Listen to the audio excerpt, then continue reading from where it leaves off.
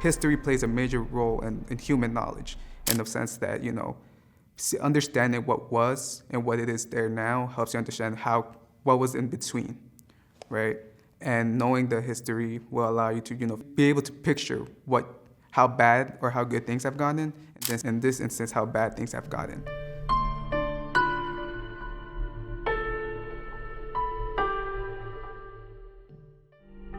Was the first topic I'd ever stumbled upon where there weren't existing books or academic journals about Hawkins Point. It was all primary research. It's something I had never encountered. So the biggest struggle really was trying to find primary information on it in any sense. So we were talking to a woman that worked at the scrapyard, and she had no idea that she was working in what used to be a neighborhood.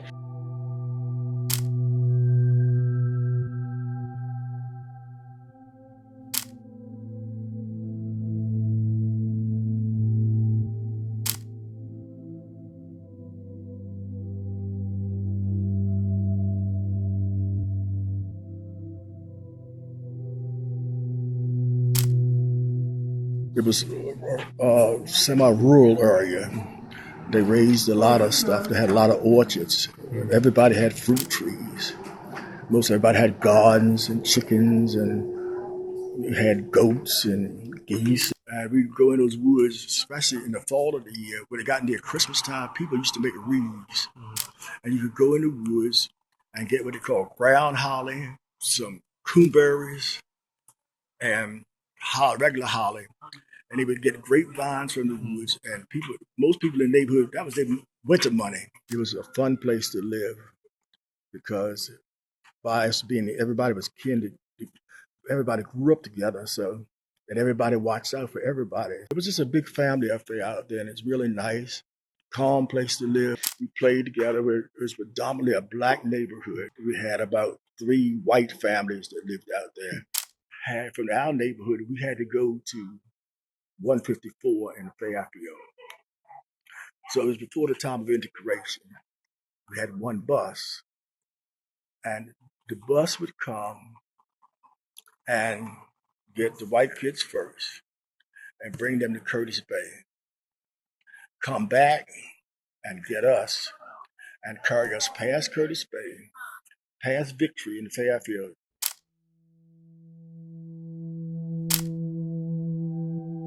The land not being zoned for people to live there really meant they did not receive access to the same resources that you would assume a part of a city would get.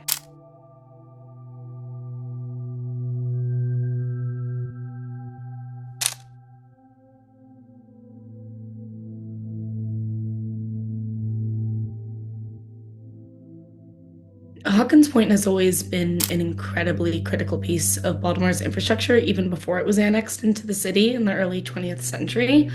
It started out as, when you think about waste in a slightly different sense, it actually was a quarantine station in the 18th and 19th centuries for yellow fever. So it was a place where ships were stopped and searched, and anything related to yellow fever or typhoid, they actually found typhoid on one of the ships, was burned before it got to the Baltimore and Ohio station, where people would enter either Baltimore or the rest of the country. So starting from really when it was developing, this idea of Hawkins Point as a margin where things that were quote unquote unfit for the city has really shaped what Hawkins Point was vis-a-vis Baltimore. It wasn't just a space, right? Because if it was just a space, it wouldn't be called a community. It was a community because people lived there.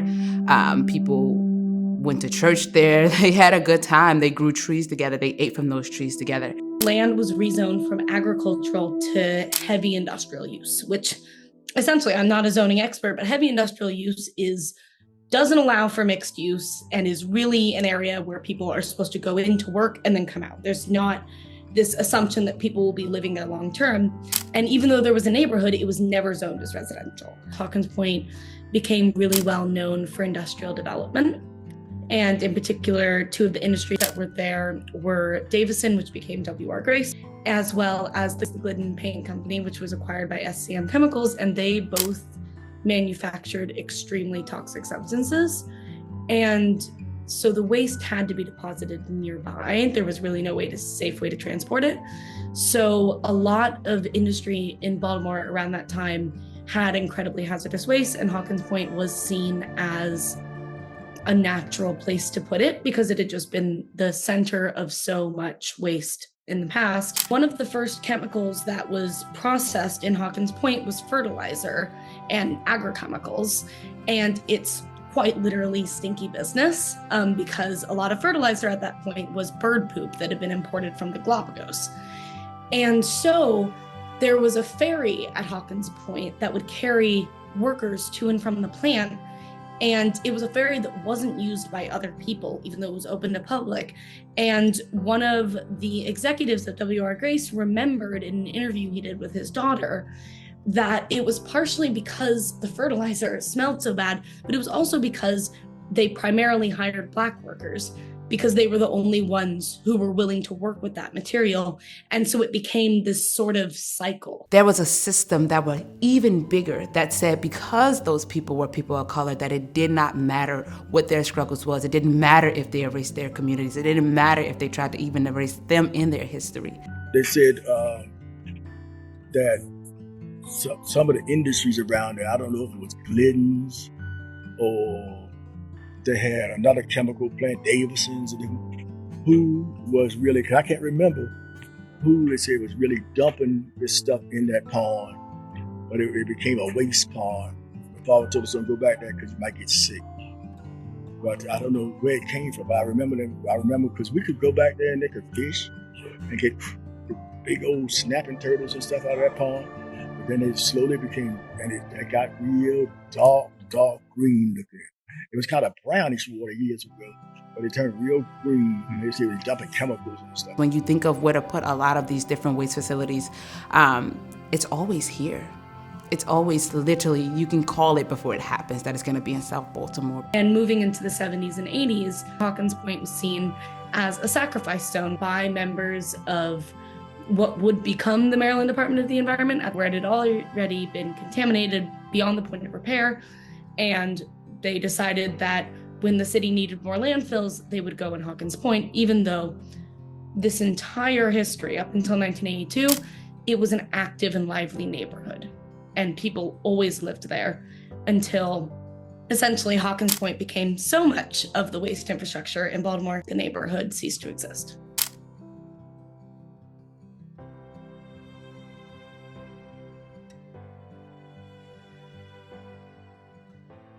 Well, a new storm may be brewing in Hawkins Point tonight. The trouble is between residents and state officials over how much the state should pay residents for their homes, less than 500 feet away from a proposed landfill. Lisa Champeau has more.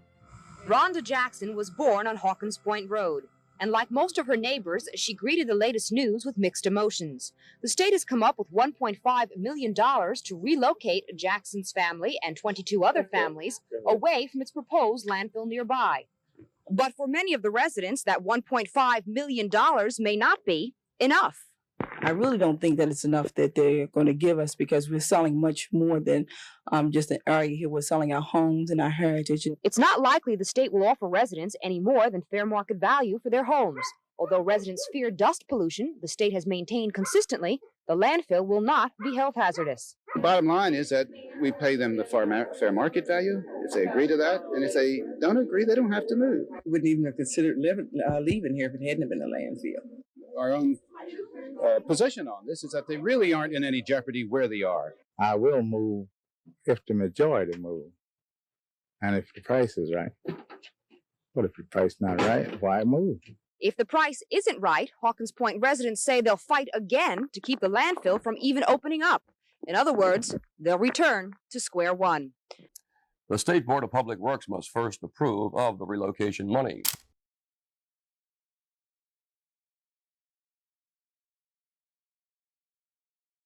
Value that, because it went by the condition of the house that was on the land and how much land it was, because there was different sizes of land.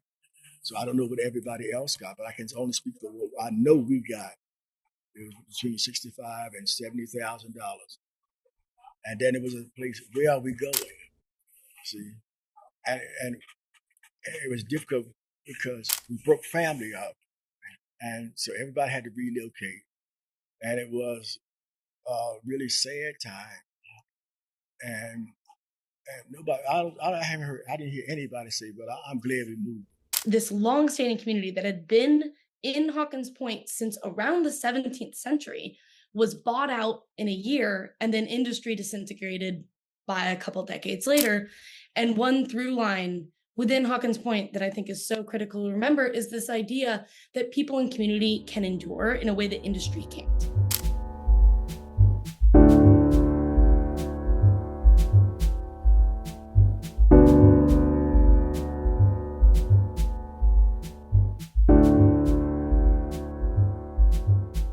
Curtis Bay Energy is a facility which has been permitted to receive and manage medical waste. It is an incinerator, which is part of the facility would be to receive medical waste and which would then undergo an incineration process, which would be a step towards the handling and then the management of those wastes, including the incineration ash, which is a byproduct which needs to be ultimately managed appropriately and safely and disposed of.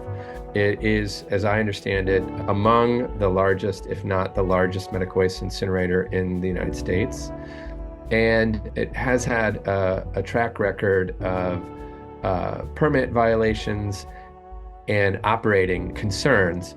They go back decades, but then most recently, there are records that even the most recent visits for pre-scheduled stack tests, that they did not pass some of their recent stack tests. There are visible violations. Black smoke emissions are not permitted. They're not allowed. It is a violation of their operating permit to have black smoke emissions. What are the implications to people's health if there's this frequency of black smoke emissions from a facility like this? Can't think of many neighborhoods in Baltimore that would find that to be a reasonable environment.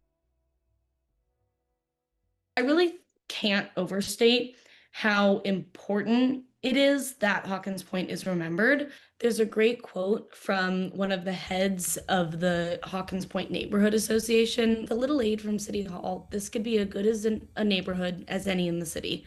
We are determined to be important.